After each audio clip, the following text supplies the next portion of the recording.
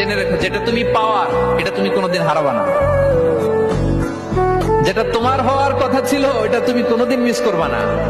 আর যেটা তুমি পাওয়ার কথা না, গোটা বিশ্বের সব শক্তিকে হাতের মুঠোয় আনলেও সেটার দেখা তুমি পাবে না।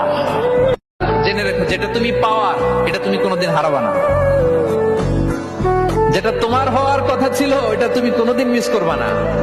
আর যেটা তুমি পাওয়ার কথা না, গোটা বিশ্বের সব শক্তিকে হাতের মুঠোয় আনলেও সেটার দেখা তুমি পাবে না।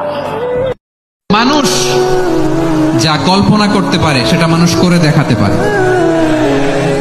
তুমি তোমার কল্পনার রাজ্যকে সাজাও, তোমাকে হারাতে পারে এমন কোন শক্তি আল্লাহর জমিনে নাই। তোমার কি শক্তি, কি সম্ভাবনা তুমি জানোই না মিয়া।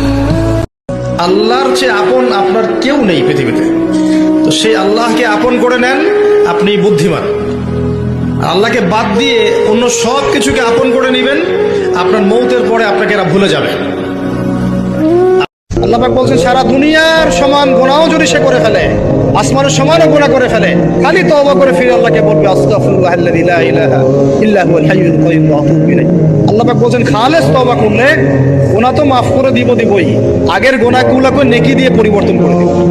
মুমিন কখনো হতাশ হয় না, মুমিন কখনো নিরাশ হয় না, মুমিন কখনো হাল ছেড়ে দেয় না। মুমিন সব সময় ভরসা রাখে একজনের উপর, তিনি কে? আপনার তাকদিরে যা আছে আপনি পাবেন, না পেয়ে আপনি দুনিয়া থেকে যাবেন না। আর আপনার তাকদিরে যা নাই সারা দুনিয়ার মানুষ মিলে আপনাকে দিতে পারবে না। এই চিন্তাটা আগে মাথার মধ্যে সেট করেন। এই চিন্তা যার মধ্যে ইনস্টল করা আছে, সে আত্মহত্যা করে না কখনো, সে হতাশ হয় না কখনো, সে ভয় পায় না, আল্লাহর পথে চলতে গিয়ে পিছু পা হয় না। আপনার তাকদিরে যা আছে আপনি পাবেন, যা নাই কোশ্চেন কালেও পাবেন না, ফুল স্টপ।